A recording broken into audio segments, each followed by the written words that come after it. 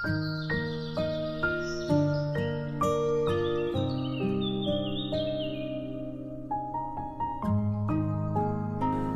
akan mendengarkan sabda Tuhan dari Injil Suci menurut Lukas, bab 6, ayat 20 sampai dengan 26.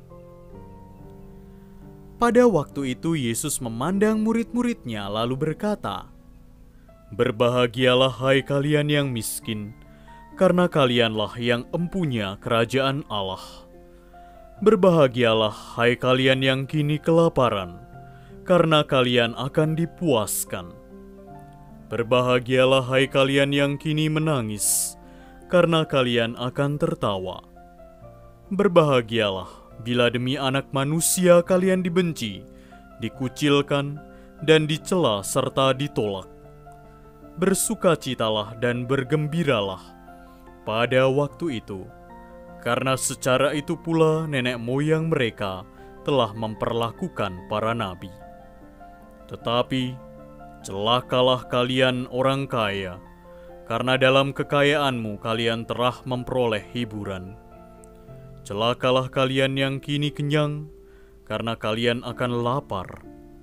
Celakalah kalian yang kini tertawa, karena kalian akan berduka cita dan menangis. Celakalah kalian jika semua orang memuji kalian, karena secara itu pula nenek moyang mereka telah memperlakukan nabi-nabi palsu."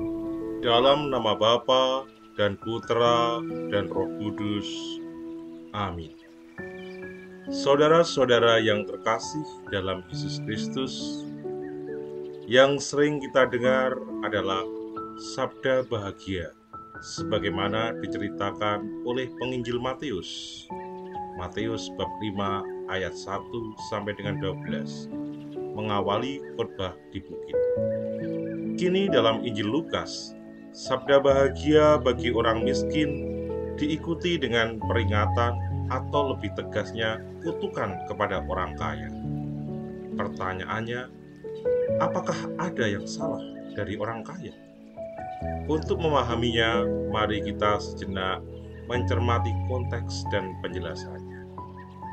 Saudara-saudara yang terkasih dalam Yesus Kristus, jika mencermati seluruh gerak wartaan dan karya Yesus dalam Injil, jelaslah bahwa Yesus memberi perhatian secara khusus kepada orang kecil, lemah, miskin, dan tersingkir.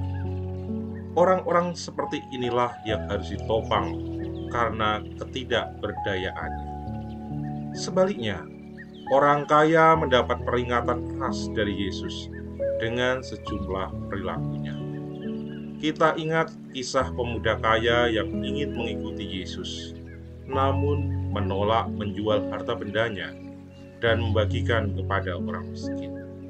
Demikian juga seorang kaya yang tidak peduli kepada Lazarus yang miskin, serta orang kaya yang bodoh. Ia membangun lumbung-lumbung baru bagi harta kekayaannya, sedangkan malam itu juga ia akan mati. Kekayaannya membuat mereka keras hati dan tidak peduli kepada sesama, terutama yang lemah dan menderita. Orang-orang kaya seperti inilah yang diperingatkan oleh Tuhan. Saudara-saudara yang terkasih dalam Yesus Kristus, semoga sabda hari ini memacu kita untuk menjadi pribadi yang peduli terhadap sesama dan tak hanya mementingkan diri sendiri, sehingga kita dapat dikategorikan sebagai yang berbahagia atau yang berkenan di hati Tuhan. Dimuliakanlah Tuhan kini dan sepanjang masa. Amin.